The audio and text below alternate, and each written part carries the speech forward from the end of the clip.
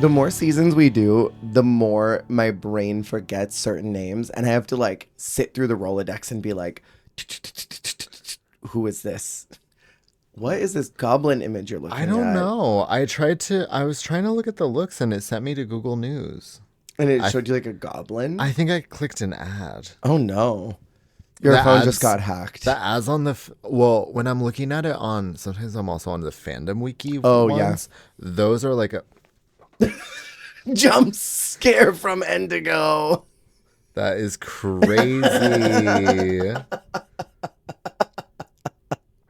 Stop this. I've decided that Fontana looks like a tiny Sasha Colby I plus see like that. a little like Melissa Barrera or something. Like I don't know. I'm trying to figure out who the second woman is. I am so obsessed with Fontana. I told you this, yeah? I knew you would be. You knew I would be. What made you realize that I would? I'm so curious. I just think because she's an iconic diva who dives. She is. She's one of the girls that girls. And the girls that girl get it. What is love that? her. Oh, That's her promo. Santana Sex Machine. I don't know why from the corner it looked like Athena Sorgalakis. She looks so much like Athena in this. Yeah. I feel like her and Athena would be a great if like there's like an international all stars that was in teams. Mm-hmm. I feel like they I would could kind see of them tear it together. up because she would kind of almost be like the Raven to Athena's Jujubee. If that I makes could sense. totally see Where it. she's yeah. a little more like edgy, unhinged one, and I mean Athena is too, but Athena can be a little more of an anchor. Totally. Well, let's get into this since we're talking about it. I'm curious who you will think I'll enjoy from the next season that we're about to touch. Because I haven't perceived anything yet. I haven't started it yet. Espana 3. Mm-hmm. All I know is that I worship at the altar of Paquita.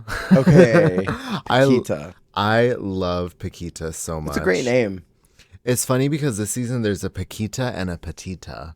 Oh no. So you're gonna have to watch it. It's gonna be Vanity Victoria Vivacious all over again, isn't it? It's gonna be me calling Vander Xander. Yeah. That still haunts me. It's so funny. But yeah, you're also going to love. Oh my God, what is her name? Because I love her too. Wait, hold on. I'm gonna pull up the. There's cast list. way too many names. I don't blame you for needing to look because literally I'm like, what is this girl's name? We just talked about her. Who is this? I know. No, literally at this point. It used to make me sad when I couldn't remember a girl's name, but at this point I'm at peace with it because there's like too many. So many of them. We're probably we're into the thousands, right? We've got to be. We must be. I mean, we've had hundreds on the US. Actually, I think globally, I think there's something like 600 queens, 600 something queens. I'd have to sit and count them all. Oh my God. Okay. What is her name? Tell me. So for the girlies who girl, Uh-huh. I worship at the altar of Paquita. Okay. I worship at the altar of Clover Bish. I've heard this name before. And I worship at the altar of Visa. Visa. Visa. Okay. Love me some Visa. I'm looking forward to this. Who do you think I'm going to live for? I think you're really going to like Clover Bish a lot. Okay. I think you'll like Visa. There's someone who I don't want to say. You want to leave it as a surprise? Yeah. Wait, why? Sorry to this woman. Who is this? Oh, no. Is there shade? There's someone who makes it so far, and I do not remember them Oh, at no. all. Okay, that's me with some other contestants, though. Sometimes I think about certain people and I'm like, why did you go so far? And I just don't remember them. This is crazy. I can't wait. I think I'm very excited to talk about Pink Chadora with you. Pink Chadora.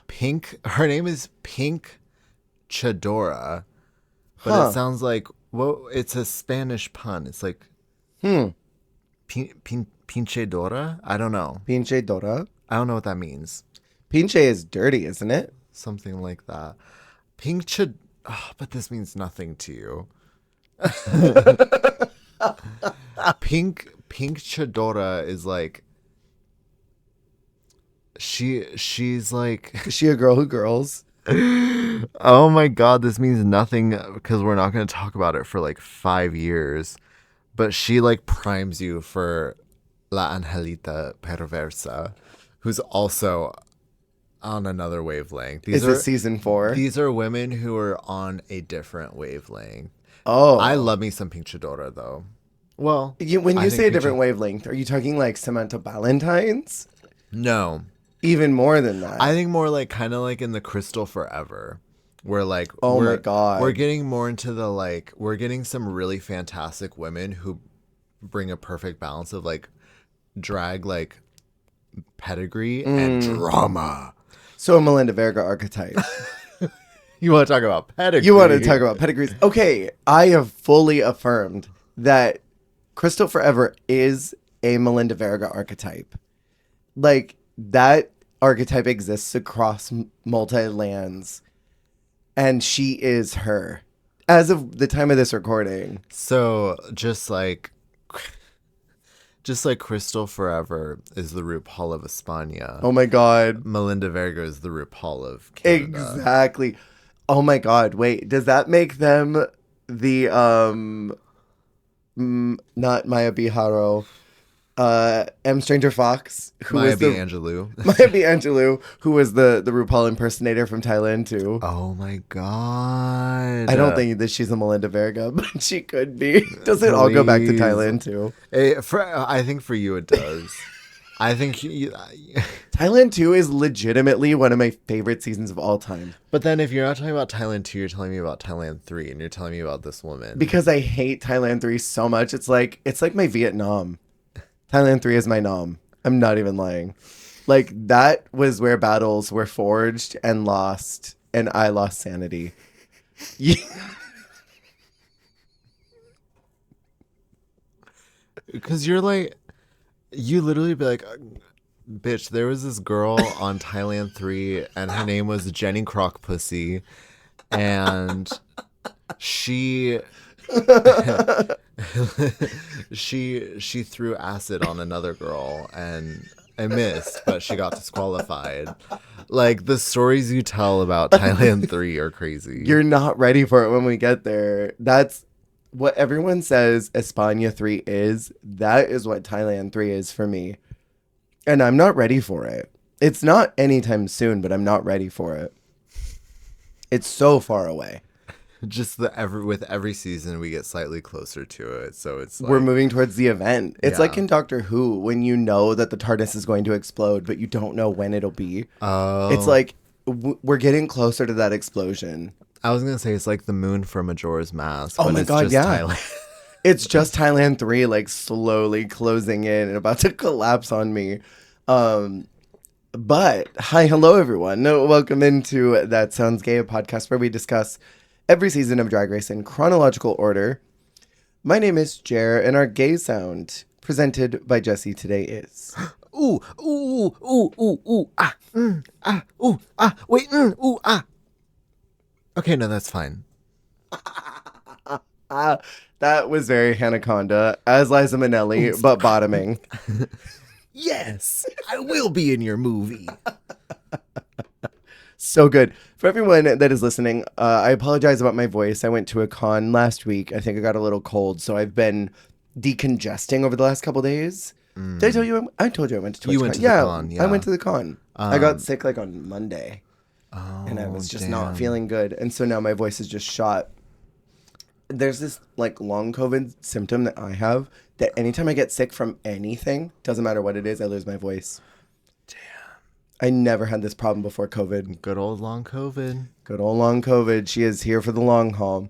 Last week, we started talking about Drag Race Sverige, Sweden. And we got dealt some psychic damage from Anton in a nutshell. Vanity Vane and Myra Thunderpussy are low-key mothers.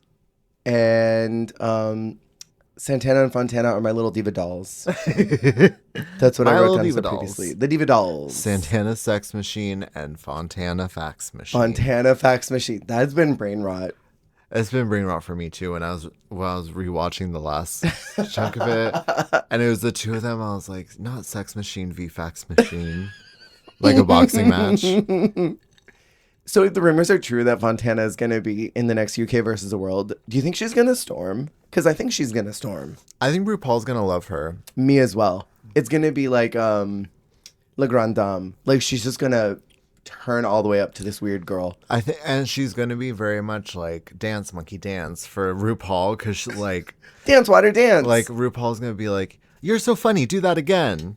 You're It'll be like Marina with the face thing yeah, and the head turn. She's gonna be like, "I love how you twerk and then cartwheel and then do the splits." She loves to twerk, doesn't she? I feel like the unpredictable like quirk of Fontana fax machine. I think RuPaul will be delighted. RuPaul will love her. Can I say, and I'm getting so ahead of myself, she is such a girl who girls, because she's like such a soft woman, even out of drag, that when they did the makeovers and she was like, your eyebrows are not working, I'm going to need you to shave them off. Can you do that for me? It was very much like those clerks at Bath and Body Works who are just like, I need you to buy this. Or you can buy it for me, right? And then you're like, I guess so. I guess I'll buy the candle. I don't need it. And it's like, no, you need this. You really need this. Like, she got that man to shave his eyebrows and have real world consequences for her win in that competition. He went from, I don't know if gay people should have rights, to shaving his eyebrows. And she did that. She got that from him. But I'm getting so ahead of myself. We are starting in episode 5. We're going to get the last 4 episodes. Feel free to let me know if you're watching on YouTube in the comments what your thoughts are about the longer episodes, or if y'all want them shorter, because last week we kind of talked about this a little bit, but I'm fine either way. But if y'all want them shorter, we can. What are you looking at and laughing at? You peeked at something. Oh. What happened? Is this real? What happened? According to the RuPaul's Drag Race fandom, Fontana is older than Admira Thunderpussy. Ain't no freaking way. How old is she? I need to... According to the fandom site, this may not be fact. It could be a lie. Okay. I'm going to go... It could have been Vanity that uploaded fake information. I'm going to go from oldest to youngest. Okay. Electra is 35. Okay. Vanity, Vane, and Indigo are 31. Whoa. Fontana, Antonina Nutshell are 29. Oh. I'm a Queen, Santana Sex Machine, and Admira Thunderpussy are all the same age at 28 years old. There is no way that Admira Thunderpussy is 28 years old. She comes off as someone who's in like her late 30s and talks about her life as if she's in her late 30s. Her being the youngest of the top 4, top 5. After Santana left, she was the youngest. Is that true? There's no way. She talks about herself as if she's much older than everyone. Unless she's just one of those old souls. The look of horror as you discovered this information. I feel like I'm being punked. Are you being punked like me? She was born in 1994. Holy smokes. She acts so much older though, yeah? That is Diva. That is Diva. She has her own website. Good for her. Damn, I need to catch up. Oh shit, it's all in Swedish. What language did you think it was going to be in? Well, what were you expecting? Let me go to the Swedish woman's website and see what language it's in. So this episode 5 is called Dragodi Festival. Admira is feeling upset that Ima got eliminated over Antonina, and I'm feeling the same way. I mean, I feel like they're all... I mean, beyond just... No, I want to be too hateful. She left and came back, and Ima's been doing great this whole time. This was her first she had stumble. a win. Whereas, I don't think she did that bad. Antonina came back and immediately stumbled. Immediately. And that should be like all right, go home. Yeah. Get her out of here. You don't want to be hateful, but I will. I do not understand the Joffreys of the world, the Antoninas of the world, the Lakeisha Lubambas of the world. Like, some of these contestants that get so you're like gasping for air right now, and I'm being the most hateful bitch. I don't understand some of these queens that just like they don't do well, and the judges are just like, it's not that big of a deal. But then someone is like genuinely the John Burrs of the world. Then these queens are like doing really good, and they're like, no, go home. Dakota, get the hell out of here. Like, I don't get it. I don't understand at all. I'm like, was I'm a My Diva? No. But I do think that she was doing better. I'm a diva. I'm a diva. Anyways, That's a great song. I can't believe they've never done that song. for real. Maybe that's expensive. But I mean, they did Yaya, so That's true. That's her new album. They got the money for it. They could do Diva. Yeah. Easy. Santana says in the workroom, top 5 featuring Antonina. Like, Divalicious Diva. I hate that she got like Princess Poppied by that statement, basically, Yeah. but I my thought God, that was you're hilarious. right. But I thought that was hilarious. Oh, God. This week, they do a mini challenge, which is a product and acting challenge. And I wrote down, and I talked to you a little bit about this earlier, they're just built different, these mini challenges in Drag Race Sverige, because they take these kind of dumpy, awful main challenges and they turn them into a mini, which I think is really cool. Like, what do we need to devote an entire episode to some of these like throwaway things when you could just do it as a mini and then do something actually really good as the maxi? Yeah. Like, some of the product challenges are funny, but I think about that one in Italia where like it was all the crap and then Enorma got nothing and just had to like improv something. Like, that could have just been a mini. We didn't need an entire episode dedicated to filming and producing that, in my opinion. Yeah. And I just really like that they're not so focused on acting improv over in Sweden, because sometimes they're cringy. Yeah, no, it's true. It's true. So these are some concert must-haves, like a big oscillating fan, pills, a heart. Only the essentials. Only the essentials for a lovely concert. And they have to then sell these to the demographic of straight males. Like, that was their prompt. Sounds like a nightmare. I don't understand the prompt at all. It was very evil, but it was kind of funny. I liked it. It went by quick. Fontana wins, which I thought was wild because she was insane in that mini. She was so unhinged, and Not they a hinge. lived for it. They did. And as the winner of that mini, she gets to then choose her team for the maxi, which is going to be a drag song contest like Eurovision. Love. I love that. They do these songs better in the international seasons, I feel like. I get so pumped for the girl groups. And I want to ask you, what do you think about 3-person girl groups versus like the 5 that Philippines typically does, or like the 4s that the US typically relies on? Like, what's your preference? I would say a 4 to 5. 5 is the absolute most. Yeah. But 4 is like a sweet spot, and I think 3 is a minimum. Well, yeah.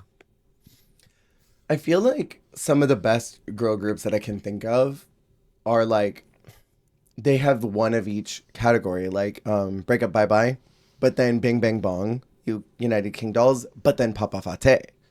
Like, it's one of each. So like, I don't even know anymore what I prefer. This one is only 3, which I think is cool. And I'm glad that they finally get to like sing and dance, unlike what Belgique got to do. And they wanted to sing and dance the whole season. Girl. So Miss Fontana chooses Electra and Vanity for her team, leaving Antonina, Santana, and Admira in the other team. I wrote in my notes, Team Ah. Antonina, Santana, Admira, Team Ah. Stupid. During rehearsals, I wrote this down because I thought it was very funny. Santana says, seeing as I have the confidence of a white cis male, I'm basically Mariah Carey. Iconic. Iconic. I love her talking heads. I think she's so hilarious. It is a farce that she goes home this week. I Can I say that now? This breaks my heart. I like this episode, but it upsets me. Yeah, I get that. It's like very upsetting. And Fontana's like the main character of this episode because she's talking a lot about growing up in the church and this exorcism thing. And I just want to say, I think this really inspired me to like love Fontana even more because I understand why she is so wacky. Like, I know we've talked a little bit about religion on this podcast, but like I grew up in a super oppressive religious environment and I was sent to a therapist when my parents found out things and that the goal was to like try to get me to not be gay. And I think all of that really just made me realize like I'm going to spend my adulthood being as fat as possible. Like I did not get to embrace this as a kid, so that's going to be my reality now. And I feel like it makes me love Santana more because it all makes sense. Like she was so repressed that now she's like, I'm just going to be gay. And like, ain't nobody going to stop me. If I want to twerk and be weird, I can do it because I'm in Sweden and they don't care. And I think that's sick. And I love that. And I love that. And she specifically talks about how we don't have demons of homosexuality in us. And I just want to say for any demons that are listening, I've seen those medieval photos of y'all eating the devil's ass. Call me. So I know what y'all do. I know what y'all are about. So we have group 1, which is the Powder Puffs, and they have a song called Another Kind of Makeup. What did you think about this song? It's Electro Fontana Vanity. What did you think of both of these songs? I really lived to the fact that it was all them. That there's no I random love vocals. that it was them. And they sounded crisp. I thought they were catchy songs. It was so Eurovision though. This song was so like, it was like weird, like vampy, like musical. Yeah. It honestly reminded me of season 4. The like, I do it so much better than you. Was it giving that to you? It was giving me that. Oh no. Because it was more, to me, it was more like musical theater than girl group almost. See, I think I liked that though. I liked that it was just like perform a song rather than like tell us about you.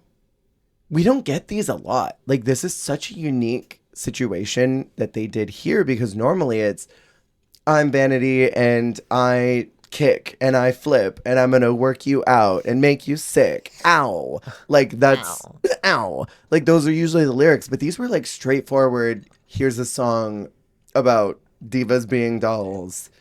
And here's our song, Goodbye. I thought that was sick. Like a real, actual, genuine song. Loved it. I loved it. I thought it was really good. So were you cringing? I wasn't cringing, but I just thought it was funny. It just felt so musical theater to me. It was. It didn't feel like what I was expecting for a girl group. I'm Latrice and I'm the whole show. I love that Fontana is relying on the ow all the time. It's her vocal tick. It's becoming that. Group 2 is Antonina, Santana, and Admira, and they are the Aria's Angels singing All That I Want. This one was different because it was like very 80s synth. Antonina's pill popper voice was the strangest, most bizarre, but kind of oddly funny thing. That, and then Admira's deep voice, looking like she's doing like the like old ladies. She looked like Baby Jane. I can't. She literally, no. To me, she was giving like when the old lady girl group challenge. Totally. But then why is Santana low key like giving like Ivy Winters or something in Can I Get an Amen? Santana was wild. Did you think she gave a bottom performance? Here's the thing. I don't think any of them did. Ooh, I think they were all so good. This was like an impossible one to judge from the performance only. So like it came to the runway. And when I feel like they made up some BS critique about Santana and her performance and why she was in the bottom. But like, I didn't think any of them did bad. I thought they were all great. Yeah.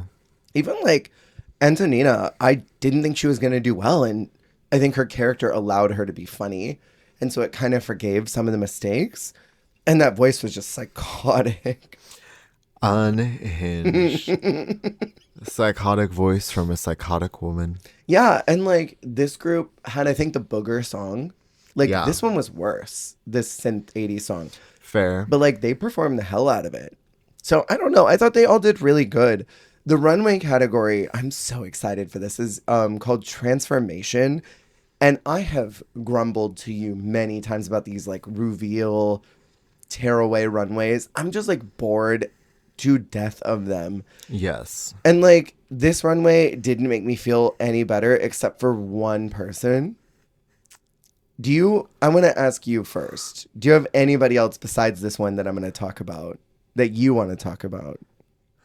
I mean, like, I think we need to talk about Antonina. I think we do need to talk about Antonina because she comes out looking terrible and she goes from a Swedish woman to a British one and her teeth are fucked. The British woman, she's a ginger, quote unquote. She's wearing like a clown red wig. With fucked up teeth. Like, this woman needs psychological help. This woman needs to be put She in literally restraints. like looks like an adult version of when drag queens show pictures of them like as 6-year-olds like cross-dressing. And they're like, this is when I wore my mom's dress and a Halloween wig and some blush. Like but like a huge version of it.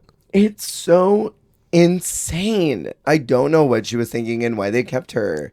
But speaking of insane, we need to talk about the insanity, the multi-layered, multi-dimensional diva that is Admire Thunder. Oh my god, it's time to talk about Admira. Also, do you love these photos? I love the photos on the wiki. They're so glam for no reason. I have a screenshot for those who are watching on YouTube, but she is serving indecision, is what she says. She comes out in this beautiful, what is it, purple? Yeah, purple eggplant, gown. aubergine. Aubergine. And then that goes to blue. And then it's gold is the first bathing suit. The last one is red, yeah? Yeah, well, and they get continuously shorter. They're continuously shorter, but it's the exact same dress from style. Yeah, the same cut. Same cut. Same sleeve. Same fabric and everything. And it didn't look bulky, which is crazy. So this had to have been the thinnest fabric. But she takes off reveal number 1. And reveal number 2 is literally the same dress, just slightly shorter. Third dress, slightly shorter. Then it becomes a bikini. And then the whole thing breaks off again. And the dress that she came out in the exact same purple, is underneath that bathing suit. Yeah. The mind of a mastermind. This is literally like, this is one of my favorite reveal runways in forever. This left me so surprised because I wasn't expecting it and I was laughing. Well, because, do you remember who was it that did it on, I think it was UK, where it was a reveal into literally the exact same dress? Is that why you brought it up? I remember you bringing this up recently. Was that on UK4? It had to have been on UK4. Was it Ginny Lemon? Ginny was on UK2. But was it her?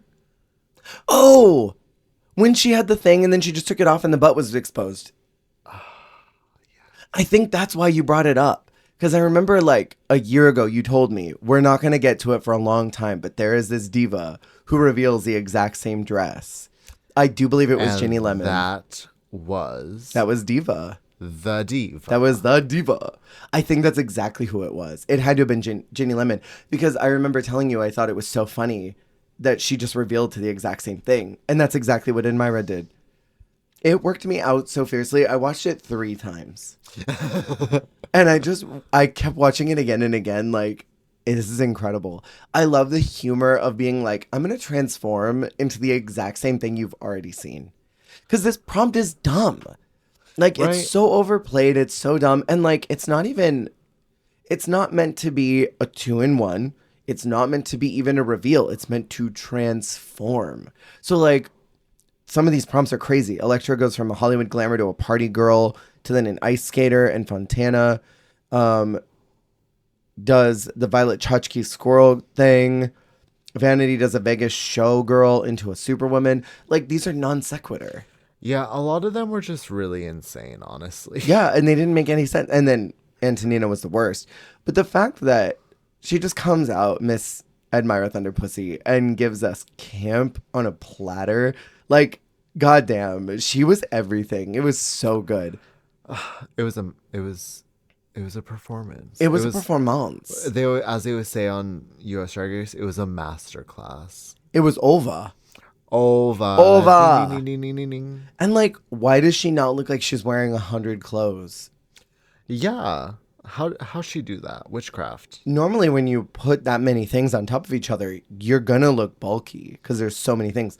Like, this was either the thinnest fabric in the world, or she just really packed it on tight. However she did it, it was everything. It lit the building on fire. The other one I want to talk about, only because it was also insane, was the numbered looks that Santana did. 1, What? 2, 3. What happened? Santana. She lost the plot bad. From coming out here as a candelabra to a paint by numbers. How it started versus how it's going. Oh my God. It's so bad. How did we end up here? After she had that breakdown and scribbled all that lipstick all over the mirror, the mental health, that was a full breakdown of this. I mean, like, at least she was real enough to be like, yeah, this isn't giving what I thought it was going to give. Yeah. Like, after she did it. But still. Maybe she thought this wouldn't be a runway, so she didn't put any thought into it. It was just not good. It was a big breakdown. Electra is called safe and sent to the workroom, and there's only 6 of them. I don't understand why she was sent to the workroom. Like, we didn't need to do that. Yeah, it reminded me of when Sharon got sent back, and it was just like, go hang out alone for like an hour and a half, 2 hours. We're gonna go send you alone. Have fun. And so our winner is called as Admira, and in my opinion, you know those memes of like when we knew they were gonna win. It was this runway. The runway is really what did it, huh? Yeah. Because, like, their group sucked. No, not... Well, No, their group was... fine. Their group, I think, was on the struggle bus. Well, they had Antonina, so She was the pilot. What's that called? The bus driver. the bus driver. Is the bus still running? I was supposed to ask him if the bus was still running. Mental breakdown. He asked me if it was still running. And our bottom 2 are called as Fontana and Santana, which I wrote, what the fuck? How was Antonina not in the bottom? Literally, for real, because I'm like, okay, another week, and you are still looking insane. Crazy. She is getting a full Lakeisha, Joffrey, John Burst, Susan era run, and I don't get it. Sorry, Susan, just another drag. I was like, wait, another woman just caught a stray. Girls that are not even here are getting strays. I don't understand it, Jesse. What is it about some of these girls that get passes, but then other ones don't? Like, I understand Santana was booger, but like, was Fontana that much of a booger? Did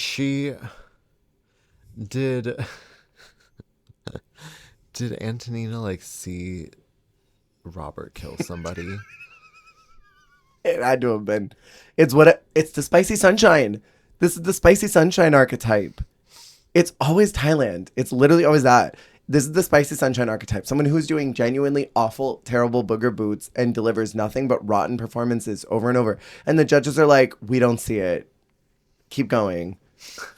You know what I really got grumpy about was the guest judge saying that Fontana was giving clown energy in the challenge. Sad, sad tears of a clown. Did I write it? So it's not a good song. The lip sync song is Euphoria. Euphoria. Euphoria. This is a great song. It was kunti. Have you heard this before? I don't think I had. I don't know where I've heard a song that I knew before listening to watching a Drag Race episode. I knew Oh. of this song. Who's it by? Oh my God, what is the guest judge's name? See, I know the song, but not the person. It was the guest judge that was there. Oh. Because I had heard it. I feel like it was a Eurovision song or something. But I remember hearing it, and I remember like being worked out and being like, Euphoria. Slay. Slay. Literally, my voice is giving, because it's so raspy right now. It is fully giving our gremlin queen. Yeah. Can I just say, I love Masisi. I love Masisi. Love Masisi, honey. But yeah, this was a great song. And I feel like I felt a lot of pain watching Santana break down the way that she did. It was tough. It hurts because, like, I felt bad because, yeah, the performance did not go well. No. She could not get her straps put together. I want to know, like, why didn't she just do her straps in untucked and have that already hooked? That is a good idea. Like, you're going to probably lip sync. She should have had it Prepped. Like, is it that big of a deal to do it on the runway? right. Like, I don't know, because I don't think it's like you don't need to have the costume change happening on the stage, like in that way. Like, the more you can almost like pre-prep, Yeah. the better. There's an unspoken thing that a lot of performers don't talk about, and that's just the performance adrenaline that hits you. And I don't know what it is, but like sometimes my fingers just stop working when I used to perform quite often. I remember one time I had a scissor gimmick. I was supposed to cut something off of me with scissors, and I had the scissors in my pocket, and I could not make them snip. Like, my fingers could not make them snip. You had a Lydia moment. I literally did. And like, I had to just drop the scissors and just keep the performance going as it was. And I had, I was doing a number where I was like, it was the Kathy Griffin skit where she's talking about the people that I didn't know I was pregnant people. And so it's that into this song called Redneck Woman. And so at the end of the number, I like open my legs when Kathy Griffin says, next thing I knew, there was a baby in my turlet, and a baby pops out between my legs. And so I was going to like cut the umbilical cord, and like I was going to hold the baby for the rest of the Redneck Woman song. But like my fingers didn't work. And I've seen so many queens like try to do gimmicks, and like I think the adrenaline just overtakes you and you can't do it. Like a simple task. Well, I even think about like when I'm getting ready for like when I'm getting dressed and I'm putting on a necklace or something. Right. And trying to clip the chain of that necklace behind me, like not looking at it. It's something just like that, where it's like I fully concentrating at like noon cannot do that. Yeah. So then like thinking about like in the moment, like doing a performance, trying to do that, like while like trying to like lip sync and like connect with judges, like that is like multitasking where it's like, because there are times where like the girlies like take off their jewelry and stuff. I'm like, damn, like how are you like that? I mean, obviously they do it all the time, but I was like, but I mean, they break their stuff constantly, just trying to pull it off of them. Yeah. Something that should be a really simple, what is that, like a tactile task. yeah, That really should not be hard, but for whatever reason, when you are performing and you're in front of people, it's sort of like, I don't know if at any jobs you've ever had to do like some type of tactile task of like, suddenly like you can't get a clipboard to open for whatever reason because you're talking. And like the adrenaline's just taking over, and you're like, I don't know how to get this open anymore. girl, I can't even type and same. talk. Literally. So like, I don't know. I think that's something that she should have done ahead of time, but it made me feel bad. And she leaves saying, you know what? Only RuPaul can judge me. That was sickening. That is honestly okay. She deserves a medal for double iconic exit line. Yes. Mirror message. The mirror message, the insanity set in. Smearing the lipstick Literally. everywhere. Literally, like the demons took over. And then just like carving out the middle of it. Yeah. It was so crazy. I want to talk about how when the girls come in, Electra's face of like not wanting to acknowledge that she thinks this is the craziest thing that she's ever seen and just trying to smile it off. She looks like she wants to vomit from like uncomfortability, and she's just trying to smile it off. It's so hilarious. Like, I love it. And when they come back in for episode 6, which is called Dream Sisters, the Gettles think that Antonina like should have been cooked. They're very confused. And I wrote in all caps, why is she still here? Why are you here? Why are you here? Why are you running? So this episode, our unknown judge, Faro, gives them the mini challenge. This is the first time that he's come in here. Like, for anything significant. It's not a type of rice. Faro rice? Spell Farro. Anyways, sorry. Is it? How long does it cook for? We'll see. Now you're asking questions I don't know the That's answer to. But yeah, we haven't had like a guest judge come in a minute. Yeah. I feel like nowadays, I feel like modern Drag Race has embraced more of people coming into the workroom besides the main host. Yeah. I feel like we see like little trickles of it in these seasons. Canada and Italia are the most likely to send in the side judges to go and present challenges. Michelle doesn't really do that very much. Do the mini challenges, and like I can't think of any. I mean, did they do that in Belgique at all? No, they never came in and did that. I don't. The Javis do mini challenges sometimes. They did one last week, didn't they? 2 weeks ago for Espana 5. Oh, I don't know if Anna's ever done one. Anna Loking, yeah, she's come through. And as far as I know, Jiggly in her times in Philippines, I don't think Khaled Karen ever did. So like, this doesn't happen too often. This is like something that is mostly only happening in Canada and Italia, which is cool. So Faro comes in and gives them the mini. They have to, what is this mini challenge? Oh, it's the season 11 mini redo where they have to get in the backstage. It's a girl, Raja. Girl, I mean. This is where my brain rot Morcades comes from this challenge. Morcades. You know what I think is going to become a vocal stim? Kaolina Slut Milk. Kaolina Slut Milk. Delivering milk from the Slut Milk Factory. How about her? Fontana as a cow was so crazy. That was the brain rot. I like that most of them, I mean, and spoilers, Electra winning. The strategy seemed to be, with the most successful ones, psychic damage. Yes. I am going to wear them down. Because the US one, they were trying to make them laugh. Yeah, They're yeah. trying to, they knew it was RuPaul, and they're trying to make RuPaul laugh. These women said, I'm going to batter you emotionally. I am going to wear you thin, and you will let me in out of exhaustion. Would you have let any of them in? Kaolina Slut Milk. Kaolina Slut Milk. That's what would have let in too. But I mean, I think it was just the name, and the look was so wild. Electra wins and gets an advantage in the maxi, which is going to be makeovers. So then we get a bunch of attractive dudes. Yes. Like just some dudes. It gave me early season flashbacks where they just had like big men. Yeah. But these were actually attractive ones, because in the US seasons, they used to be like, oh, here are a bunch of dudes. And it was like the brickiest bricks you've ever seen. Like, so bricky they wouldn't even be thrown at Stonewall bricks. Like, Yeah. This dude with the mustache and like goatee combo.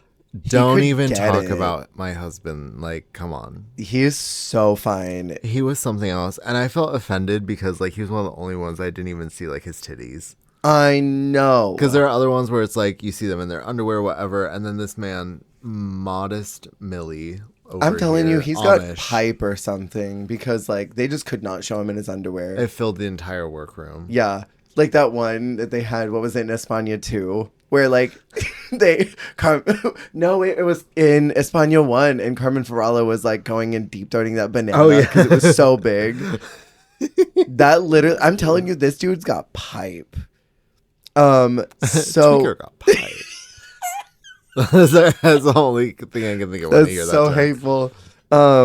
Electra gets to assign the sisters. I thought she did good. I thought she did it quite smartly. She was very strategic, and I feel like she tried to make everyone comfortable in her way. But can we talk about the shade? That's what? When she said, "Can you look grouchy for a second?" Okay, great. You're going to Vanity. They hate this woman. That was hilarious. I also love that she gave the brickiest man to Antonina. Because she knew said Brick they're not- recognizes Brick. And she was like, well, they don't look similar, but I think they'll be sisters. Like, it was just like, you two rough ones. Like, you go rough it up together. And what I thought was interesting is the attitudes that everyone had with each other. Like, Electra, I think, was trying to do her best to make her Dudeville just very comfortable and accepted in the workroom. Where, like, Admira and Fontana were struggling and sort of just, like, had to muscle their way around these dudes. And then Antonina was straight up lying to hers. Like, we'll just pose, and they can't take it from her. We're going to be Please. Rich and sexy. And then Vanity is like, if you don't nail this, the sniper that is watching me right now is going to shoot you and your family. It's a mix of, like, anxiety and, like, fury. And rage. Like, I would have been so uncomfortable if I was with Vanity because, like, she legitimately looked like she was one step away from threatening this man with his life if he didn't perform well. Like, this may be only a day for you, but Do you this have is life children? for me. Do you know where they are now? Have you spoken to them in the last 24 hours? Because I think you might want to make sure that they're okay. I already talked about this in the before we started, but the way that Fontana gets this man to shave his eyebrows off, like, she fully had that Bath and Body Works Clark energy. And like you said, like, this man went from not being sure about what he thought about gay people to, like, okay, I'll shave off my eyebrows. I don't care if I have a gig tomorrow. Sure. I'll do it anyway. Like, why not? And I think, honestly, it helps so much that she looks like a beautiful, gorgeous woman. Yes, because if Antonino was like, you need to shave your eyebrows off, I'm like, for what? For you? Absolutely Well, not. how much of a difference will it make for you? Like, Is this going to change that much? I don't know what Fontana identifies as. I don't know if she identifies as a woman, as a non-binary individual, as just a very queer person. But, I mean, Fontana looks like a beautiful woman out of drag. And so, like, I think that truly, honestly helped her. Like, this man was putty in her hands. He would have done anything. If she was like, I need you to walk out butt-ass naked, dick flopping while I fondle it, I think he would have been like, okay. with no brows. With no brows, I think he would have been like, sure. And then she's like, and then I'm going to tan and feather you on the runway. Is that okay with you? He would have been like, yeah. Sure.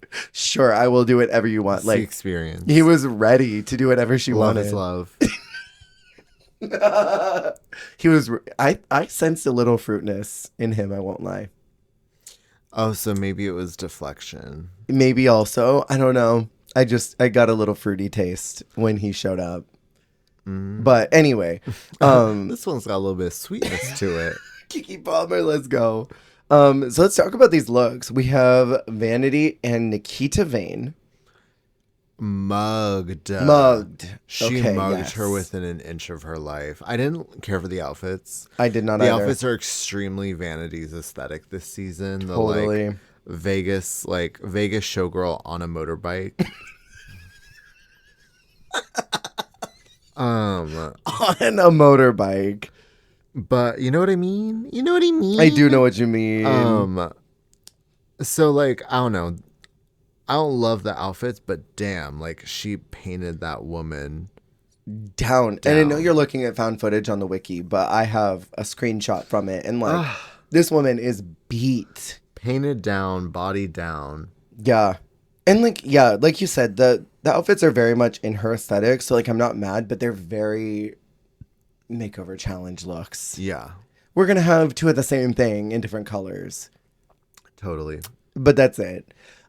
Am I crazy for loving Admira and Starina Thunderpussy? I was gagatondra that they were in the bottom three. I did not understand. I thought they should have either won or been runner-up. I really thought they won. Like, the fact that it was pants and then a skirt, They were so cute. It was so gorgeous. I feel like her partner, I mean, obviously they had like a more masculine face, but like the paint she gave her, it felt very like sophisticated. Yeah. Like with like Admira's vibe. Also, like I was trying to decide like was it like a double like a pun like admire a thunder pussy like admire a thunder pussy and then starina like like staring at the staring pussy. at a thunder pussy like Maybe. admiring and staring at like Oh my god, that's brilliant. It I might was be. trying to figure out if that was what the pun was, but That could be it. they looked gorge. I love the organza tops. I love the skirt choice. It was somehow youthful with the color choice of that plaid. She is the youngest there.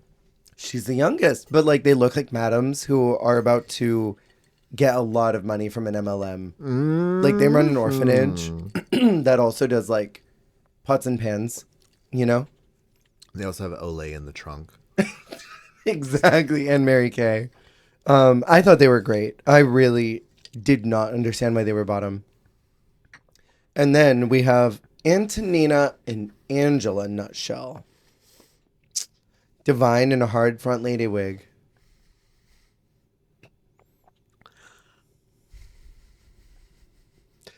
Girl, what the fuck is this? Also, like brown leather and then like that orangish red are such a fascinating combo. Look at that. It's very autumnal. It's giving Thanksgiving, but like there's nothing to be thankful for this year. Oh my god. The thing to be thankful for is that this got her sent home. I'm just really confused by the whole look. I literally like was too stunned to speak. Like I heard the reboot sound happening. I like can't process like I'm trying to get into the wiggatry, the muggatry of it all. Like it's just so insane. It's and really then bad. Also, she fully just put her makeup. They're in brown leather head to toe, except for her partner who's in a black ankle boot. What the fuck is up with that ankle A boot? black ankle boot. Also, does Anthony have a backpack? What is that? It was okay. So in the performance, she's got this big bag and she gives it to her partner. And she specifically says during rehearsal, I'm going to give this to you because I can't be fucked. So, like, this is her assistant? They're like taking notes? What is their journey? She said they were going to be rich. Who's rich? MLM. It's a scam. Yeah. She said also in the cold open that she was going to deliver glamour. Do you think that she delivered glamour? No. She's going door to door selling back knee cream. Off-brand Accutane. And then we have Electra and Perfecta. Oh, God. I really am very confused. Because, I mean, I think after the sewing challenge, I think it was very clear that Electra didn't have a lot of taste level. That whatever, sorry, whatever her aesthetic was, it was all realized in that sewing challenge. So like, I was not having high hopes for the rest of it, and then this did not persuade me to think anything different. So fair. And what was sad is she had the most confident dude. Like he walked like he had been wearing those heels his entire life. And then she puts him in a circus outfit with a crop top blazer. The crop top blazer was crazy. Very much like the person you cash out with in Vegas. Oh my God, yeah. I have a big question mark next to this entire look. Yeah, it was very suspect. Very, very, very suspect. Suspicious woman. Suspicious woman. Super suspicious woman. I had a story I was going to tell you last week about suspicious women, and I forgot to tell you about it. There are suspicious women all around us. There are suspicious women all around us. I'm going to actually remember to tell you this time after the podcast. Okay, and then we have Fontana and Roxana, and they're doing The Shining. This is the first ever Shining reference in a makeover challenge, yeah? I don't remember us ever having another one. Oh, but it's so clever. It's really clever. And they were holding hands the whole time, which I'm telling you right now, Fontana wanted to sleep with this dude. And she was like, just hold my hand the whole time. Even on the runway during deliberation. Because they are still holding hands during deliberation the whole time. She was like, let me hold your big masculine hand Hold me, baby. the whole time. And I mean, they looked fun. And they're down to a T. They gave a great performance. Do you think this was the winner though? It's hard because it's like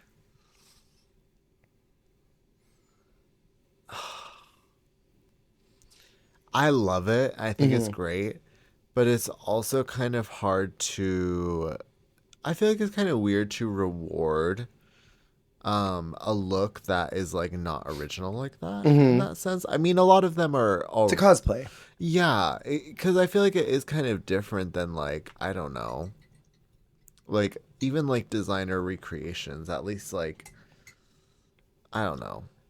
I wore a lobster dress.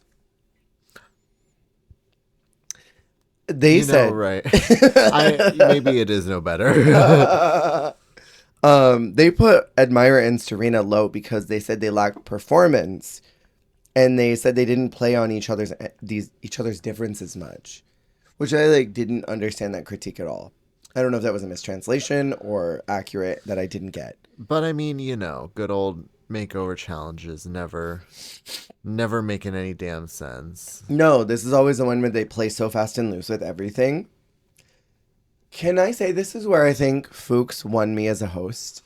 Like this moment here when she was talking to Fontana's dude and she said, so a little birdie told me that something happened. And this poor straight dude is like, what? What happened? And is like freaking out and is like, your eyebrows? And he's like, did like going to touch his face, like, did something happen? What happened? And Fuchs is like, you shaved them for the challenge, yeah? And he's like, oh, yeah, I did. Uh-huh. And Fuchs said, how do you think you're gonna feel tomorrow when you wake up? And it's like starting to do that thing where you have a secret and you're trying not to laugh about it. And this dude's like, wait, what do you mean? And Fuchs says, yeah, you know that eyebrows don't grow back, right? She totally won me as a host because this dude face cracks and looks at Fontana like, wait, you said it was fine. And Fuchs is like, I'm just kidding. And this dude freaks out. Like he's losing his shit. And she's just laughing. Telling her they don't grow back is so diabolical, and I love it. It was so good. She won me. Like this, she launched very high up on my host list. She is kind of a diva. I really am warming up to her by this episode. It took a little bit for her to like, I think, find her stride. She was a really great host and presented very well, but I don't think she was like coming off super warm or like, I don't know. I guess warm is the right word. She was coming off a little icy up until now. Yeah.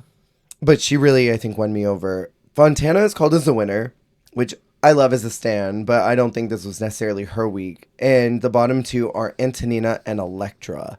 And the song is Emergency by Iconopop. Okay, I didn't talk about Miss Iconopop. I wish you would. I loved her when she was like, well, our original name was Iconopoppers. Yes. I thought that was hilarious.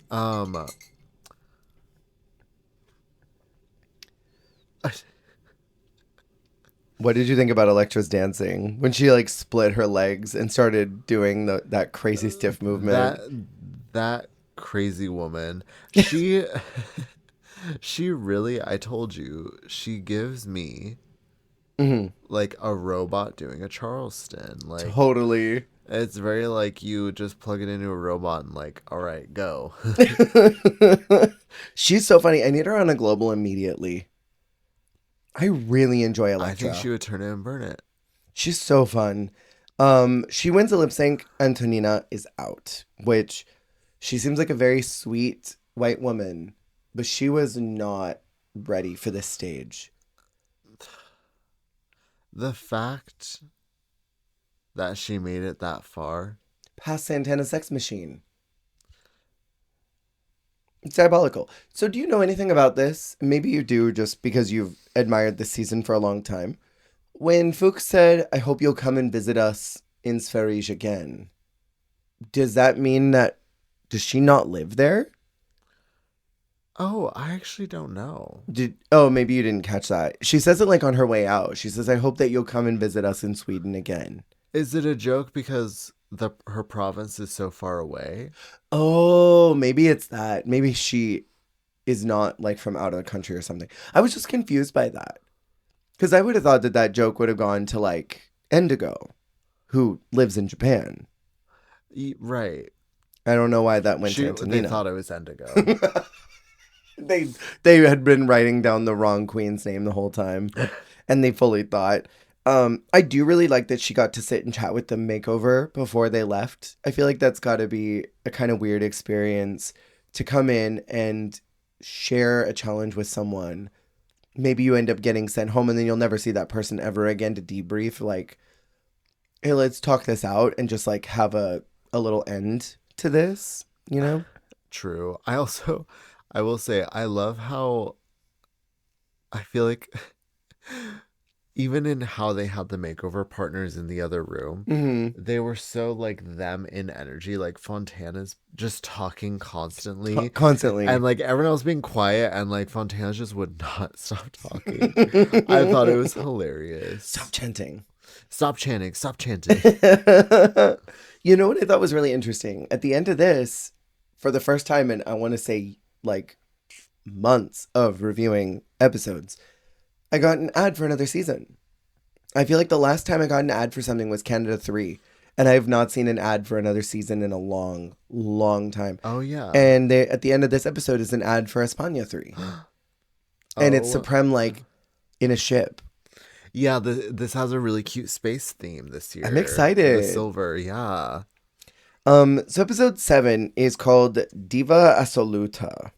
And I want to know, since you were watching this ahead of time, was this the top 4 that you imagined? No. I mean, I really thought Santana was going to make it farther. Same. But then also, these 4 make sense. Mm-hmm. Low-key, I thought it was going to be Admira, Vanity, Ima, and Santana. I didn't think that they were going to like Fontana. I thought she was going to go home like 5th or 6th. And I thought Ima was going to go really far. She seemed like someone they were really enjoying. They loved her. Until they didn't. I don't want to play with you anymore. Literally.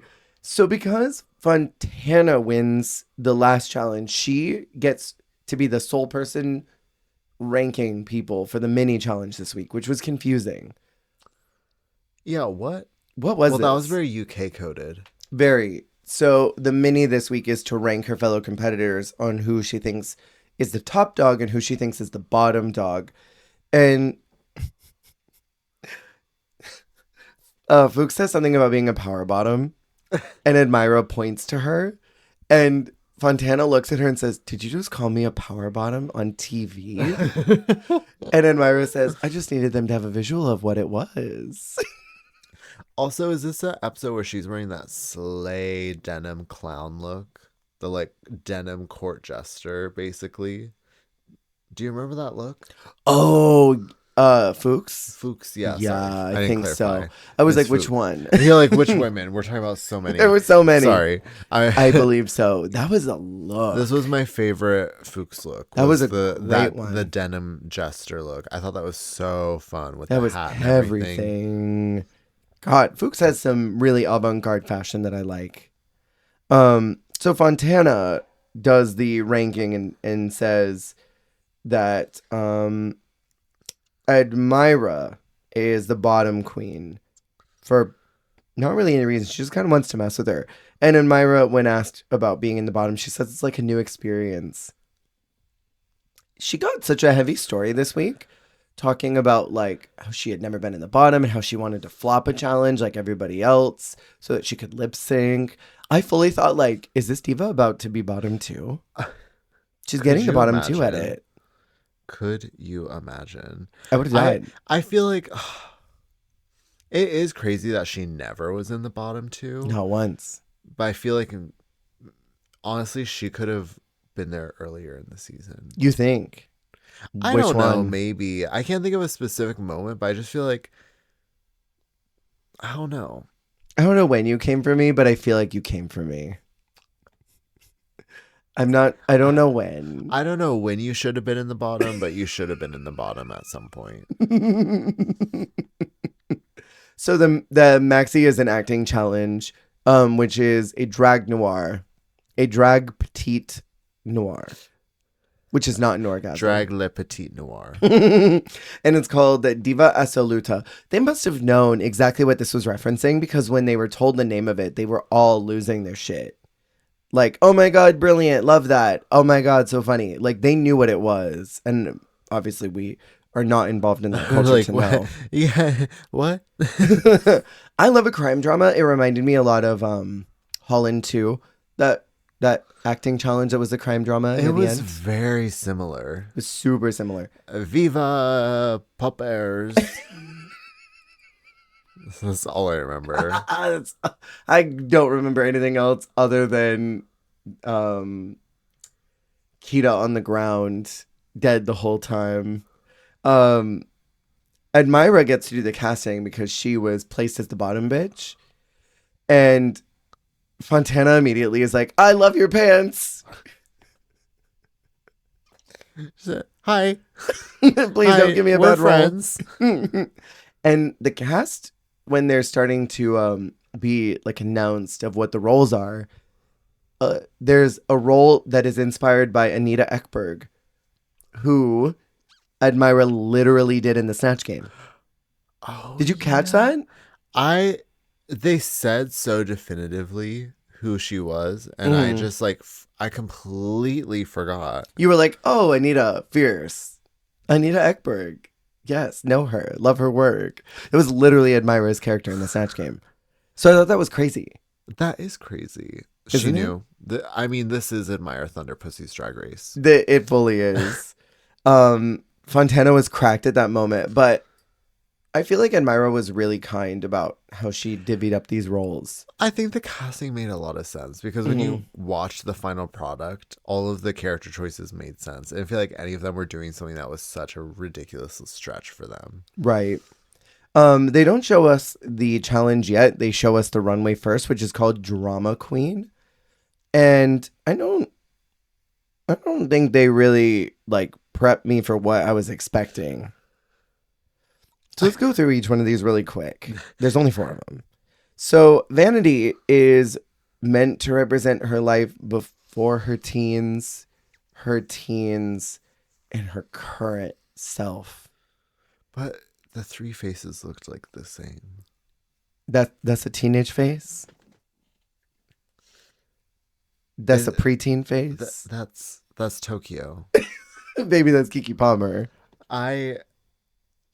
I love the look. This Maleficent hood is the fun. Story. No, I don't get it. I like the weird like she's a witch with 3 heads. Like I don't know. It's fun. But when she told the story of it, I was like, oh well, I don't see that, but right. Like I don't get it. Electra is a crazy bird lady extravaganza. Is it an extravaganza or is it a mini dress with a bird cage on her head? My favorite is the caption deranged scream that they put on her. This is such a go home look. It's such a go home I look. was talking about it.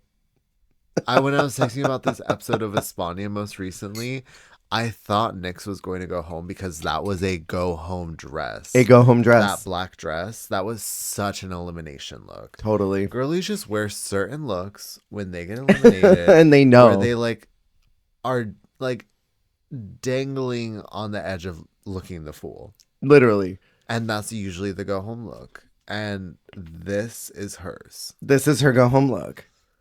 It's so awful. I keep looking at it. Fontana says that she wants to share a drama that she's experienced in real life, but then reveals that her look is a Lady Gaga monster reference. He ate my heart. So she experienced the Fame Monster by Lady Gaga. She listened to the album and experienced it in real life. Unless she did eat somebody's heart. What if she was a victim of cannibalism and she had to eat someone's heart. And that's why she really had to leave Brazil.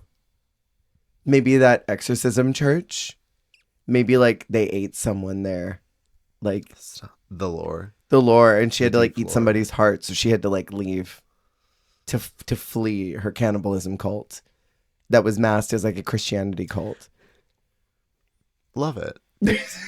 I'm spreading vicious rumors about this. And Myra was doing an homage to these protesters in 1979 who fought against the Board of Health and Welfare, saying that homosexuality is not a classified illness, which I didn't know about this happening there, but I thought this was fierce. I thought it was very fierce, and you know, words on a dress can be a little. You hate words on a dress. I'm not a words on a dress girl, but I thought this was an effective words on a dress girl because it was like the poster essentially on the dress. I love a straight jacket dress. I think those are cunty. It was fierce, and all the buckles and zippers on it was everything. Can I ask you, what did you think about Heartgate? When Fuchs says, "How many colors are there in the rainbow flag? There are 6 of them, name them," and makes Admira do a test about that. And then is like, "You have 2 shades of blue." But like, I was confused by that. Me as well. Because is it am I wrong saying there's the original pride flag that has 7, and there's pink. It's in it has that many colors, and then I think there's the newer version they removed one of the colors. Yeah, I think the OG pride flag is red, orange, yellow, green, blue, pink, indigo, or maybe it's violet, indigo. And then indigo, and then I think pink was removed at some point. Oh, I think. and the 2 shades of blue, because there's the darker blue and the lighter blue. But I'm like, girl, what? I didn't even think about it. I don't know. Maybe I'm simple minded, but I just like, I see a rainbow and I'm like, gay. Right. I didn't think it was that big of a deal. 3-4 different colors. I'm like, rainbow, gay. Diva. And despite getting railed by Fuchs, she does win the challenge. Like, Fuchs just wanted to put her in her place for some reason. She just wanted to scold the woman. She just wanted to fuck with her like she did with that man last week in his eyebrows. Do you think she had the winning performance? I think they were all really good, and it came to runway. This is another one like this, literally just like the girl group challenge. They were all really good. I think of everyone that was there, I would say that Vanity had a really good performance, but her look was confusing. Oh, yeah. I thought Vanity was so funny. I loved her character. And honestly, the story of this noir, of this like wig maker who got their wig stolen, and then the cop is actually the one who took it because they want to be a drag queen. Insane. It was insane. It was sick in the head, but it was very funny. And I thought that Vanity did such a good job. I thought Elektra was really convincing. Oh no, Elektra was the cop, wasn't she? Elektra was the cop. Elektra was the cop. Vanity was the one with the mug. Vanity was the one with the mug and the big tits. Yes. And I thought Fontana turned it and burned it too. as the diva. I thought she was so funny. Especially, she was supposed to be like German, yeah? Oh, was she? They kept talking about how she had to translate things. Barbie breakout mentions. So like, this woman is so multilingual. What do they speak in Brazil? What's their language? Portuguese, Swedish, English, and now German. Quad language. Wow. Quadlingual. But yeah, I thought like literally all of them were so good and it came to runway. That's fair. What do you think though? I thought Fontana Fax Machine like really I thought she really turned it and burned it, but she also has won the last 2 weeks. She won the girl group, yeah. Oh yeah. Oh no, and the not girl group. She won makeover. She won the makeover. Right. So like I don't know if she needed another win. I honestly I don't know.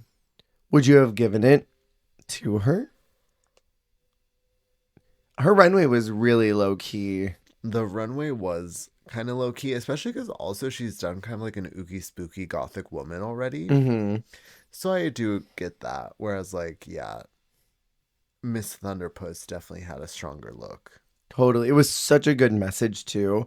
And she is looking real good on this Wall of Fame right now with all these win placements.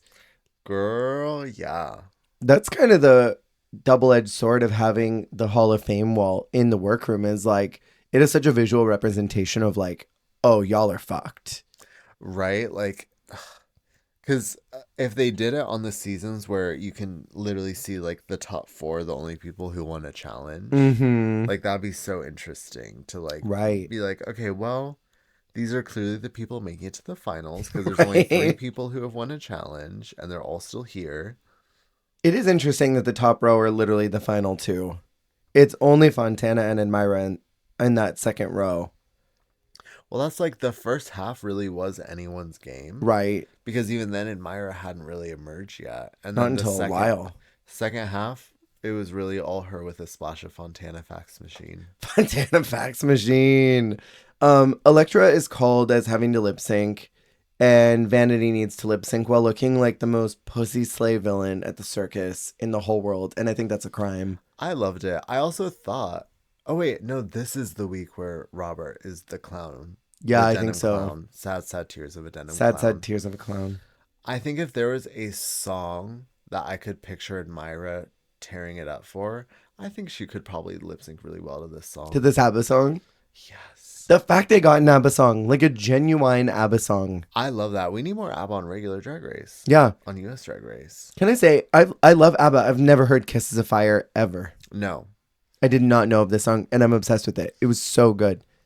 I want to listen to it again. I probably can only go up to maybe 10-ish ABBA songs I know. Mm. You know, the soundtrack of Mamma Mia This, plus I was like gonna say Mamma Mia. plus like a couple extras that maybe you haven't made it to cinema. Yeah. Um What's your favorite ABBA? If you had to pick one that you'd want to see on Drag Race, oh because I feel like the two that I would think that are the most translatable to what Drag Race does would be Waterloo.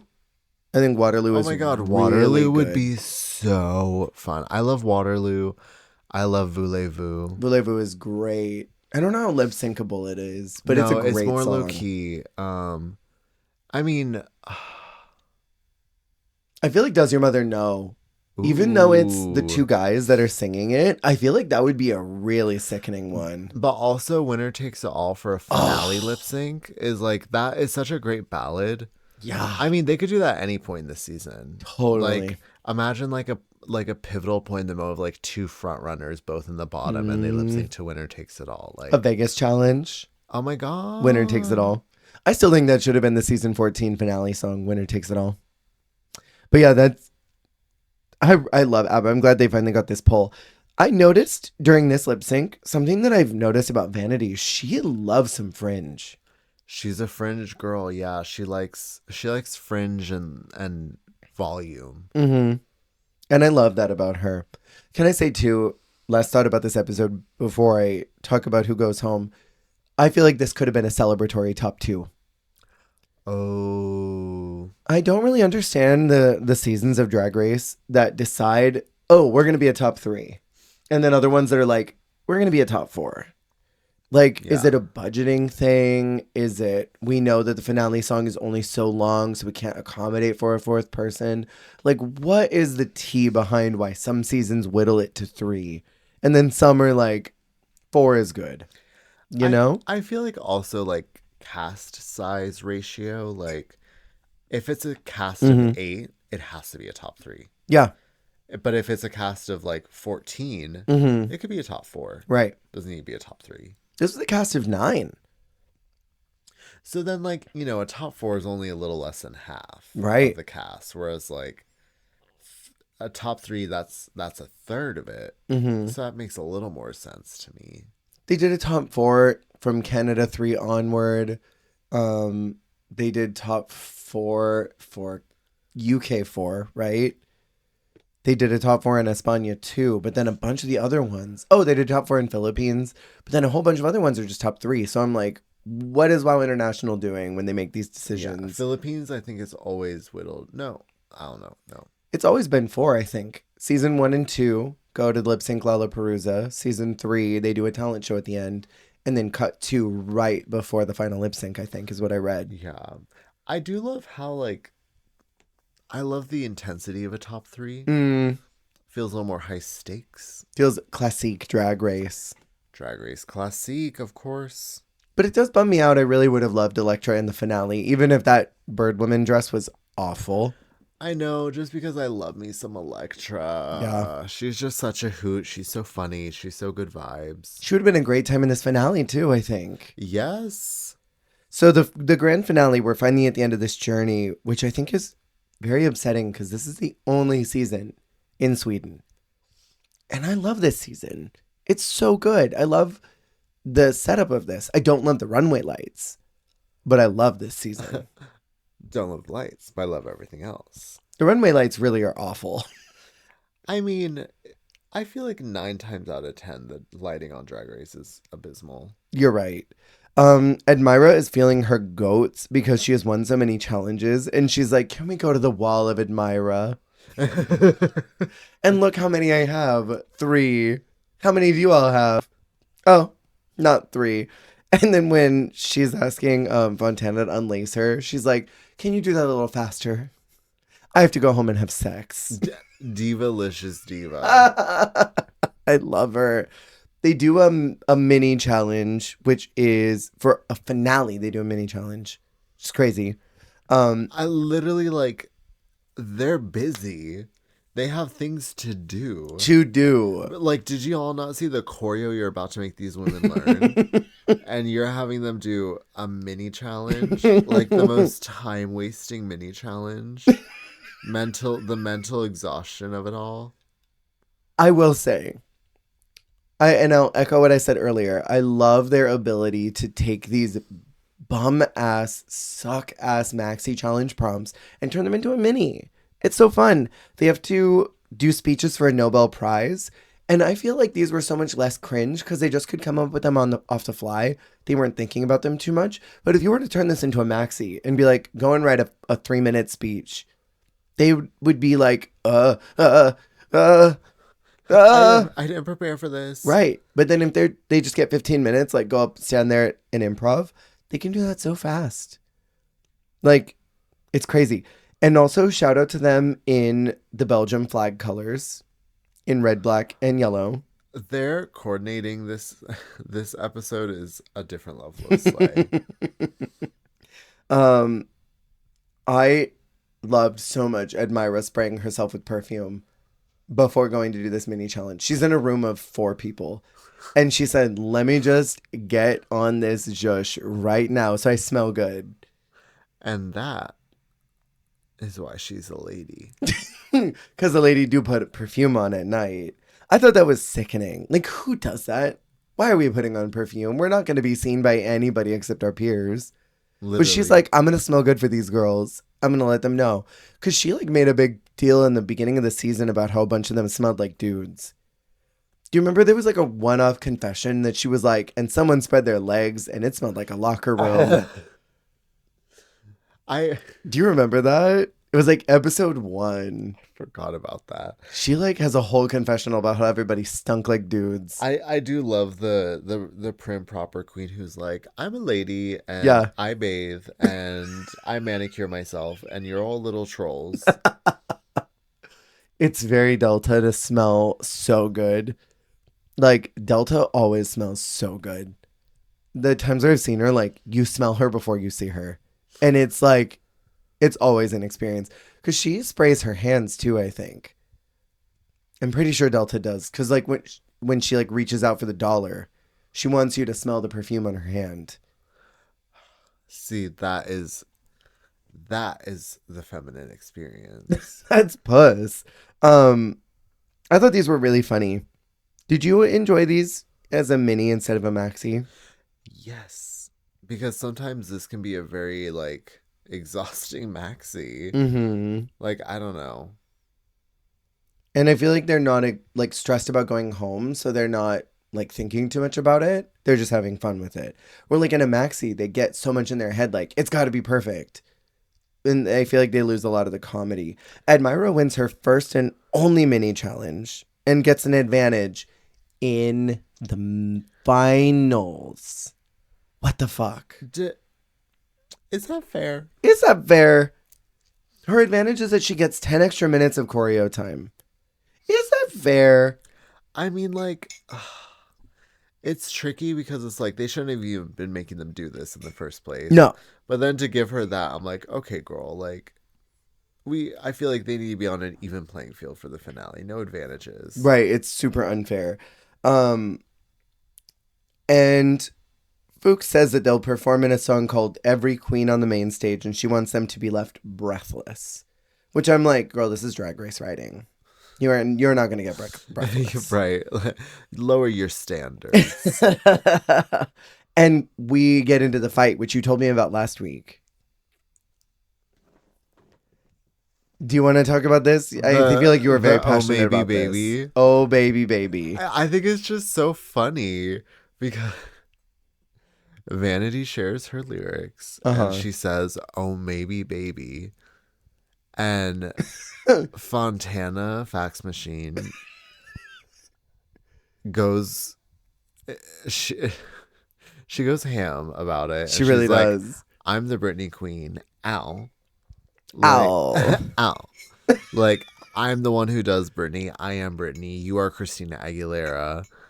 You are not Britney. You can't be Britney. You can't do Britney. I'm the one who does Britney. And you'll never be Britney.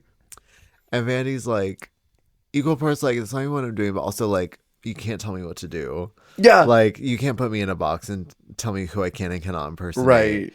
Because at one point she's like, it's not even like Britney Spears, but she's also like, you can't tell me I can't do her. Right. But also so like wickedly unbothered because she's like, because Fontana's like, well, like, let me hear it. And she's like, no, I'm annoyed by you. Like, I'm not gonna like give you the rest of it. Like, yeah. She's like, I'm not changing it. You don't own it. I'm doing this because I want to. And I'm not going to tell you what the rest of the lyrics are. And you're just going to deal with it. And I'm annoyed now. And I'm in a bad mood. Like, I love how Vanity handled it. I thought it was hilarious. It was very sickening. I almost got the impression from Vanity that if Fontana had been like, I really wanted to do a Britney reference, would you mind changing that? I feel like Vanity would have been like, I will definitely think about it.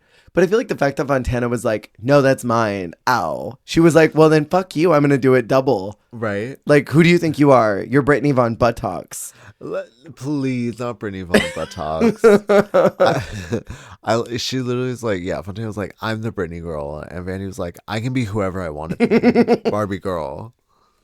I just can't believe that Fontana would even think about squaring down with her after what Vanity did in the talent show, where she's like, I just don't want to do a parlor trick, so I'm just not going to do this. Like, that is not the girl I think to throw down with. Right. I love that all season they've been like, she's grouchy, she's scary, she's mean. And then it's like, I'm going to pick a fight with her on the last, when there's only 3 of us left in the room, I'm going to beef with her. And it was the most frivolous fight too.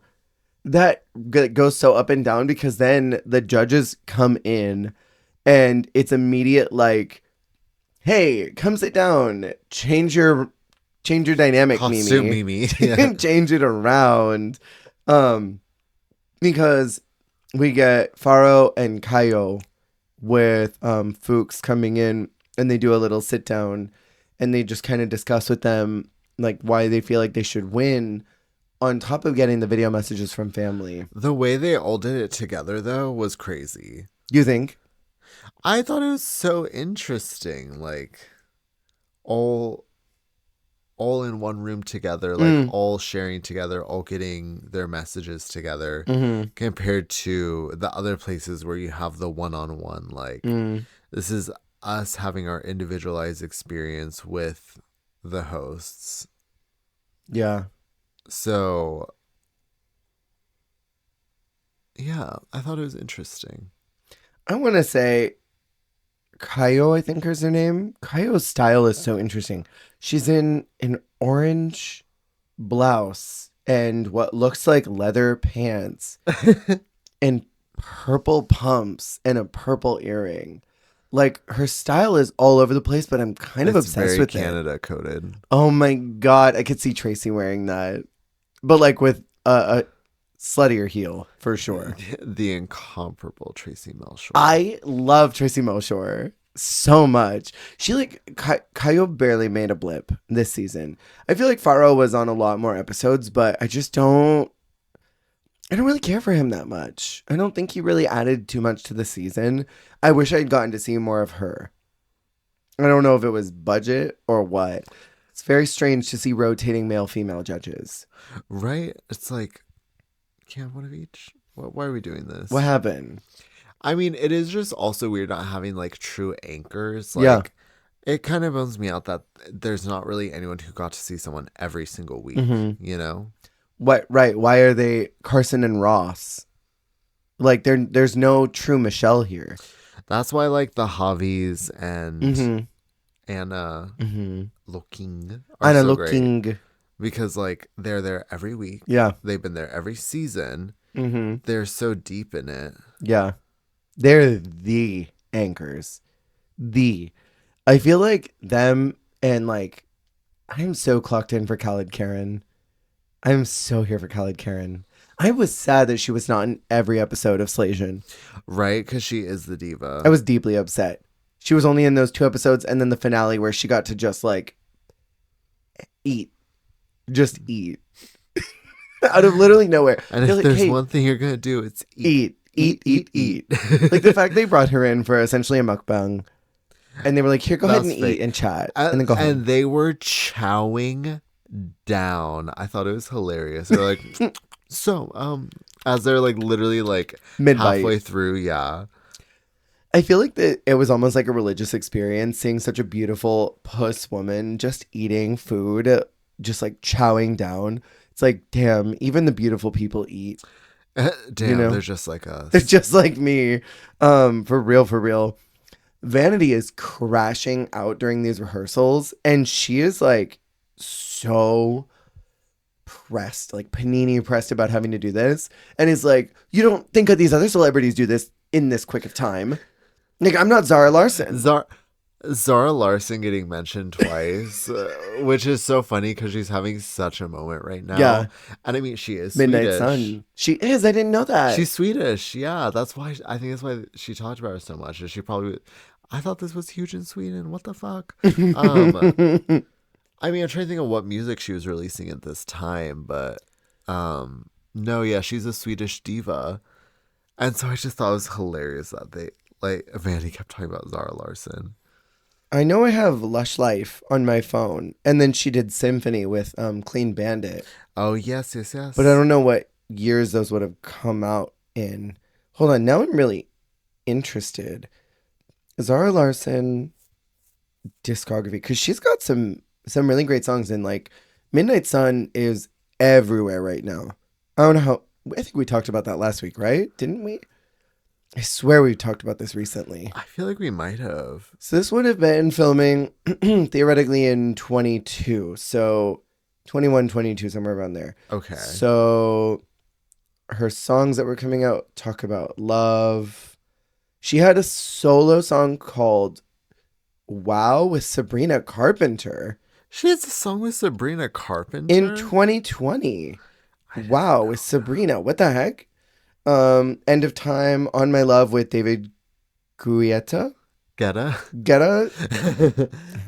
Girl, Guyetta. Gouda. Gouda. On My Love, Memory Lane, Winter Song, Silent Night. I think these are Christmas songs. I think those might be Christmas. Words. With Alesso. I don't know who Oh, that is. yeah. Lay All Your Love on Me. Did she do a cover? Maybe. I don't know.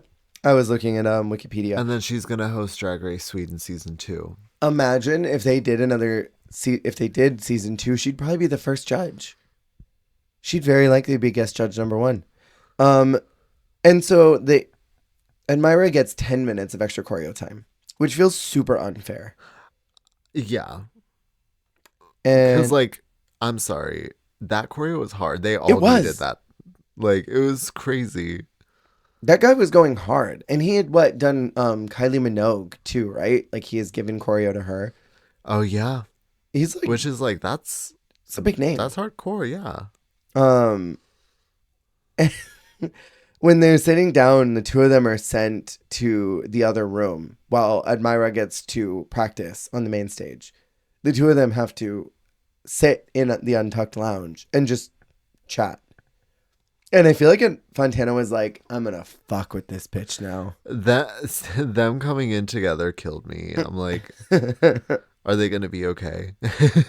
was like a pot of boiling water, honestly. Like, I really feel like Vanity was unwell in that moment. And Fontana was like, poke, poke, poke, poke. Literally, What are you going to do? I'm going to aggravate her. I'm going to activate you to a 10. We get to the finale runway, which is Queen Delicious. Not finale extravaganza like we normally do. Queen Delicious. Are you Queen Delicious like me? Did you have anyone from the eliminated girls that you were like, ooh, that's so tasty? Ooh, that's so delicious. Honestly, for me, my favorite was Santana. Yeah, I thought she looked so ridiculously beautiful. she looked gorgeous. I lived, I died, I resurrected. And Antonina. Can we please talk about Antonina? Can we please? Because she took an entire bolt of fabric, just one bolt of fabric, sewed one hem up the back probably, stapled it onto her body, and was like, "This is a skirt long enough. They can't get mad at this one." It was literally just giving like, well, this is a lot of fabric, so it is glamour. I guarantee you that this shirt dress was going to be the finale outfit. And she was like, I can't show my panties again. So I'm going to take this bolt a la Thor, but I don't know how to sew. So I'm just going to put it on my body and it'll be good enough. Because she was carrying it like it was just like drooping. Sweet Lord. 6 yards of fabric just draped around her like a towel. Could you imagine it was just that shirt? Or like that and like I think it probably was shorts? going to be. That and her panties were going to be out. This woman really thought she was going to go on Drag Race Sweden and serve panties, bitch. You really thought you were going to go out there and serve panties, bitch. Can I say too, Almighty Aphrodite was mugged.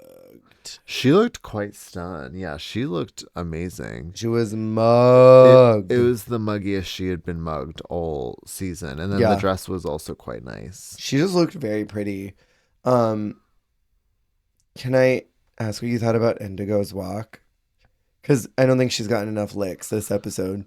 Oh my God. She was literally like walking like a puppeteer. I think she had Muppets on her. Yeah, she had Big Bird on each hand. Big Bird and their sibling. Like, it was like a sway with a bob with a. It was awful. It was, you know how when, was it Spice was the doll? Oh my God. And she was walking like a marionette being walked, but it was like the leg and feet like in Yeah. unison, almost like a mummy. It was very that. Not a mummy. You're right, though. It was wild. I just needed your thoughts on it. The final song is Every Queen. Why was this such a bop? Like, why did this slay? It actually was. Like, it was very impressive, and like they were really turning it out too. All of them did. It was so good. Who did you have a favorite verse? I really enjoyed the coming out of Fontana that she was gay. What was it? F-O. And she spells her name. It's something about being gay. It all rhymes and it's her being gay. Popper sniffer. Literally, I cannot stop thinking about Mocha Bone. Popper sniffer for skin lick. It's so good. It's so good. But no, I liked that one a lot. I liked how it was two more like kind of sung verses and then hers sandwiched between them. Right. And like, I normally don't like when queens spell their names. I'm like, you just wasted an entire bar. But I don't know why. I kind of live for it when Fontana did it. When anybody else does it, like when Isis spelled her name, I'm like, boo. But when Fontana does it, I'm like, yes, queen. Yes! Spell it again. And go, ow, again. Said, I wish you would. Girl. Did you feel like Vanity's Oh Maybe Baby was such an egregious Britney Spears reference? No, because she didn't even do a voice. She just like sang it. And none of her lyrics were Britney-esque. No. I feel like it was just kind of like a flow thing more than anything. What I thought was interesting is they were all in English. Yes. What was that? All three of their voices. All three of their voices were in all English. Yeah, that was very strange to me. Right? Yeah, I mean, maybe they're trying to appeal to the international audience. Maybe. It's a weird time to do that. They didn't make them do it during girl groups. True. I don't know. Because then also the full chorus was in English, right? Mm-hmm. Like every queen is out here facing a battle. I don't know. I liked the lyrics a lot. I thought it was fun. It honestly, it was a good song. I love. Was it Santana was like, I just love like gay pop music. That was also weird too that they were getting interrupted by confessionals. I know. Like it was a lip sync. It was very strange. And this whole finale episode was, my buzzword is strange. They do a mini. Admira gets an advantage in it. The final song is not in the native tongue. And there's no finale lip sync. No finale lip sync. Let's get into these looks and then we'll talk about that. So Admira is first out. I love her in black and pink. Black pink in your area. She looks so good. Super like classy. I love how like nice and tailored it is. It's got a great shape to it. Like the body of it is very very gorgeous and high quality. Mm-hmm. I love that it's lined in that pink. Yes. It just pops so well. Fontana, what is this glamour shot that's from the wiki first off? Right, in the temple. She looks beautiful. I love the look. I love the scale of it. I enjoy the way that it ruffles like a cupcake. It's kind of romantic and whimsical, but it's like somehow aquatic at the same time too. It's very pretty. It reminds me of kind of like a Pokemon evolution of some of these more gothic looks she's been doing already. Which is funny because I don't see that as like her aesthetic. Yeah. But like between like her drama queen look and then like she had, what was it, like a vampire or whatever earlier in the season? Oh, at the beginning, yeah. Yeah, like I feel like I've kind of seen this vibe from her. Totally. She looks like a mega evolution or like the final gym leader that you meet. Yes. She's got that vibe. Oh, she is very, no, she's, what is it, like a darker ghost type Elite Four member. Totally. What'd you think about Vanity's? I liked it. Well, I see your face. Yeah. I don't like it for necessarily like a finale look, but I do enjoy the sort of tailoring moment of like the neck. Mm-hmm. Like that neck. Oh, that neck. Oh, that neck. Was it? It's not a cowl. Was it a cowl? I don't know what that is. It's like a headpiece. Yeah. The like cowl headpiece with the wig. Like it does have a nice vibe idea, but I think it could be also more elevated. Yeah, I don't live, love it.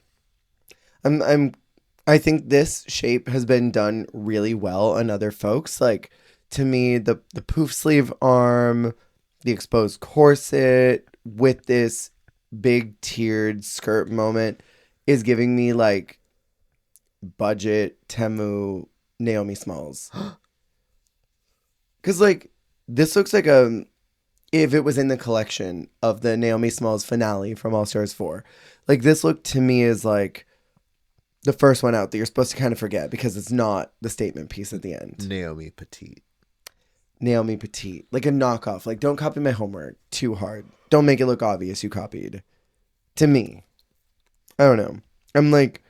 I'm very whatever about it. Noelle Medium. And also the glamour shot is a lot nicer than what it looks like on the runway. No, I know what you mean. It's like super deflated on the runway. Like they did a little photo magic. Yeah, the skirt could have had a different body and movement on the runway for sure.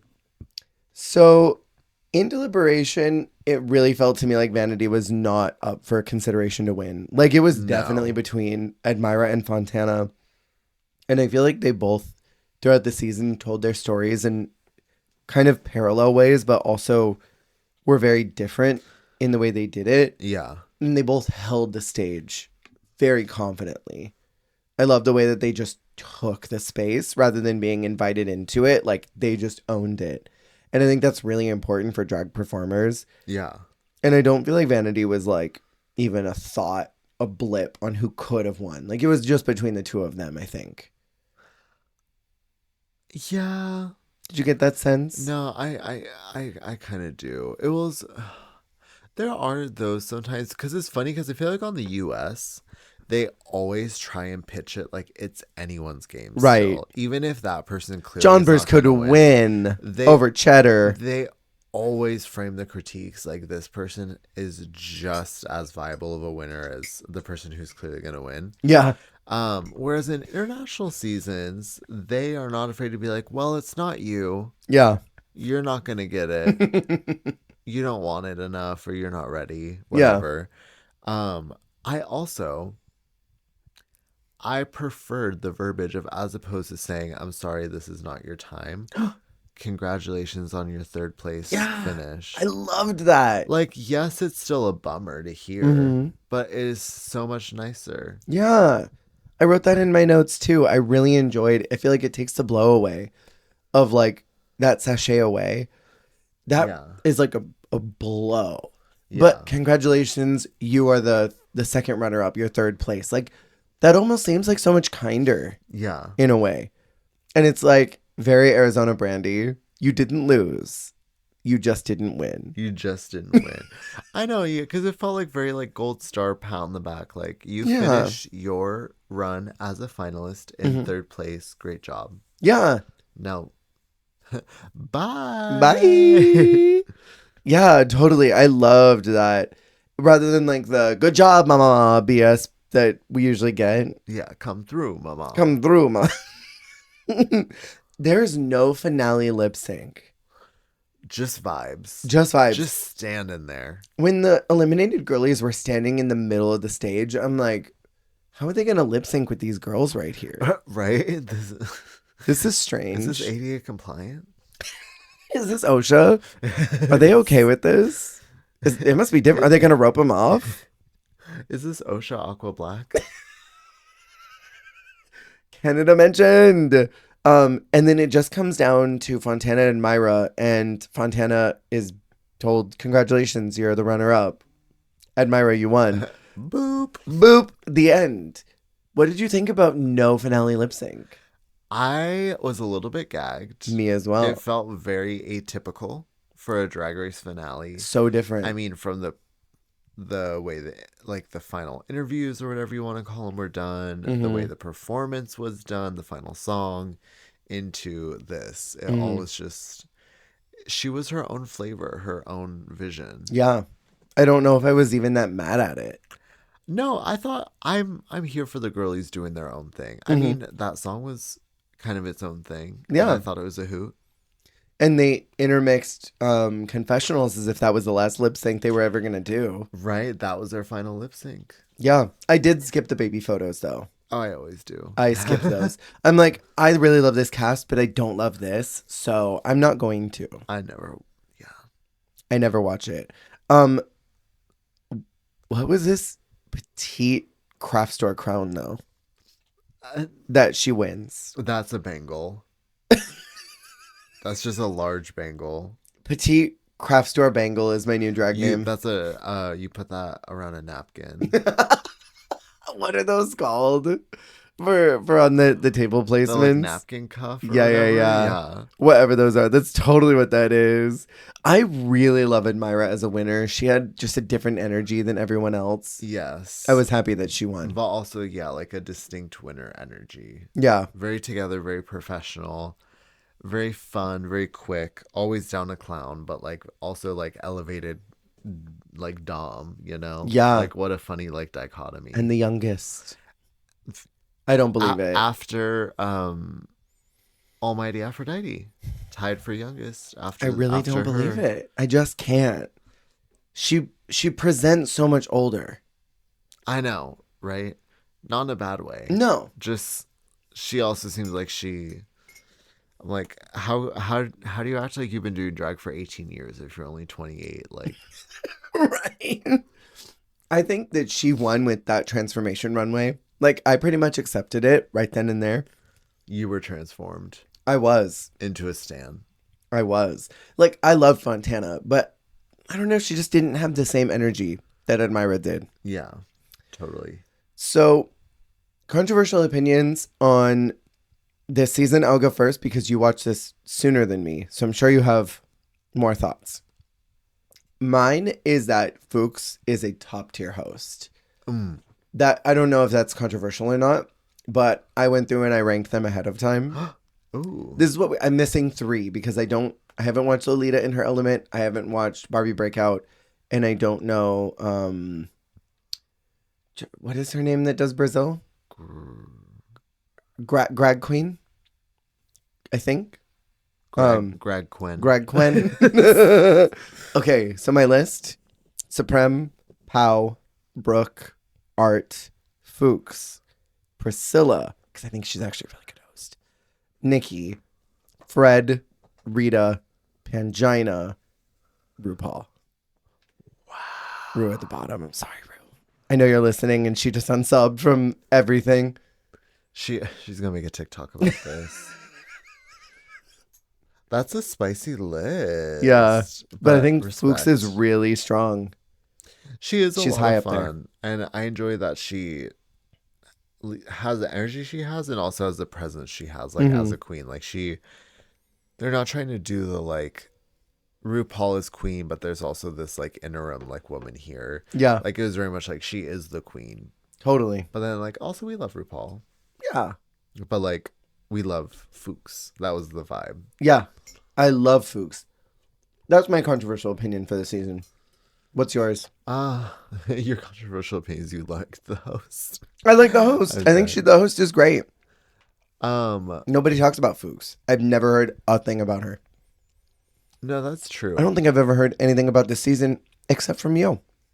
But I think she's magical and spectacular in her own way. What thoughts do I have? Oh, I think a lot of the wins could have been redistributed because I think sometimes a girly didn't win because someone else had just won or like whatever, like they had won the week before, but even though they didn't need to win that week, so they could have fair and square gotten a week, like a win in a different week. But I don't know. I don't agree with all of the win placements, but I do agree with the placements themselves. The highs and lows. Yeah, but I really just think Santana deserved to like win a challenge. Or get She some could have won week recognition. 1. Yeah. 100% she could have won week 1. Yeah, that's probably where I see it for her. Because also she could have had that storyline where it's like you win the first challenge and then you're trying to like keep up that momentum all season. Totally. Who do you want to see on international all-stars of some kind from this list? It's a holy trinity. It's Santana Sex Machine, Fontana Fax Machine, and Elektra. Yeah. I do love me some Elektra. Yes, the crazy robot showgirl. For the mess, I want to see Indigo. I don't know You where I live want for her. the mess. I really do. I really, really, really do. I want to see her somewhere. Why wasn't she on Stage and Royale? Stop it right now.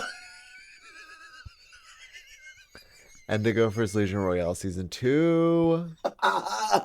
Ding, ding, ding, ding, ding.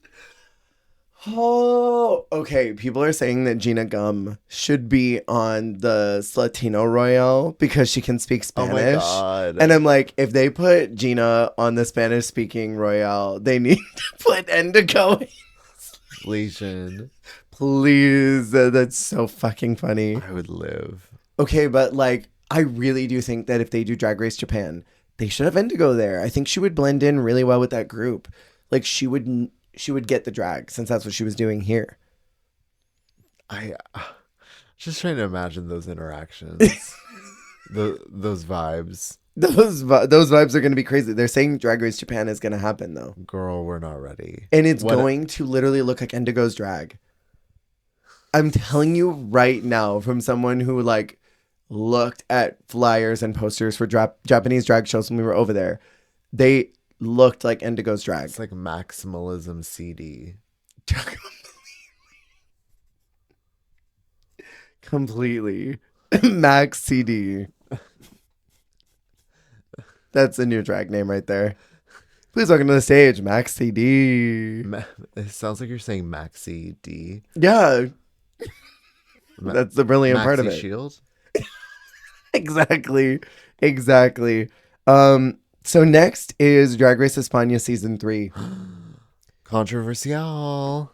Get ready. Buckle up. Do you think this is as bad as everyone tells me it is? I think you're going to be frustrated. I think a lot of it is just frustration and raw feelings. Okay. But I think it's going to be, I think you'll enjoy the journey Okay. regardless. People told me I was going to hate Holland too. Do you remember how much I turned up for Holland too? You were a Holland 2 stan. I really was. And watch, like, this is going to be like everybody else's nom. And I'm going to be like, oh, it's so good. It's my favorite. I love Espana 3. All right, everybody. We will see y'all next week for Espana Season 3. Remember, you're doing a great job. You're doing the best you can. And that is all that you can do. Goodbye. Bye. Bye.